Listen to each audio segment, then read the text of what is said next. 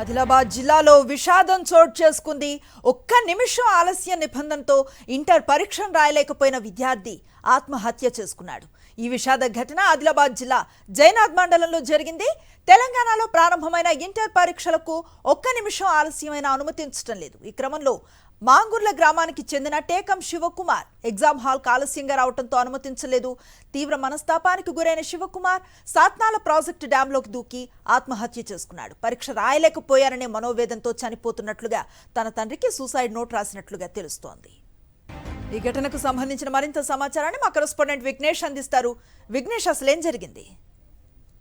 బుధవారం నుంచి తెలంగాణ వ్యాప్తంగా కూడా ఇంటర్మీడియట్ పరీక్షలు ప్రారంభమయ్యాయి. అయితే ఒక్క నిమిషం ఆలస్యమైన పరీక్ష హాల్లోకి విద్యార్థుల్ని అనుమతించబోమన్న నిబంధన అధికారులు పెట్టడం జరిగింది. ఈ క్రమంలో రాష్ట్ర వ్యాప్తంగా కూడా పలువురు విద్యార్థులు సమయానికి సెంటర్ కు రాకపోవడం అనేది వల్ల ఆ కారణం వల్ల చాలా మందిని పరీక్ష హాల్లోకి అనుమతించడం లేదు. ఇందులో భాగంగానే ఆదిలాబాద్ జిల్లా జైనద్ మండలం మాంగుర్ల గ్రామానికి చెందిన టేకం శివకుమార్ అనే విద్యార్థి కూడా కొంత ఆలస్యంగా వచ్చాడు. దీంతో అతన్ని కూడా అనుమతించలేదు హాల్లోకి.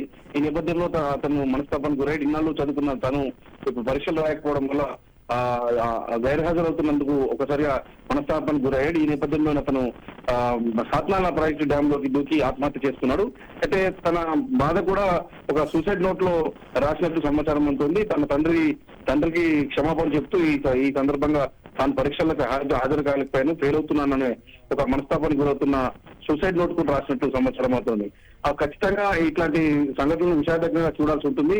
కానీ విద్యార్థులు ఆత్మస్థైర్యాన్ని నింపుకోవాల్సి ఉంటున్న విషయాన్ని ఖచ్చితంగా గుర్తు చేసుకోవాల్సిన అవసరం ఉంది. ఈసారి ఒకవేళ ఫెయిల్ అయినప్పటికీ కూడా మళ్ళీ అవకాశాలు దొరుకుతాయి.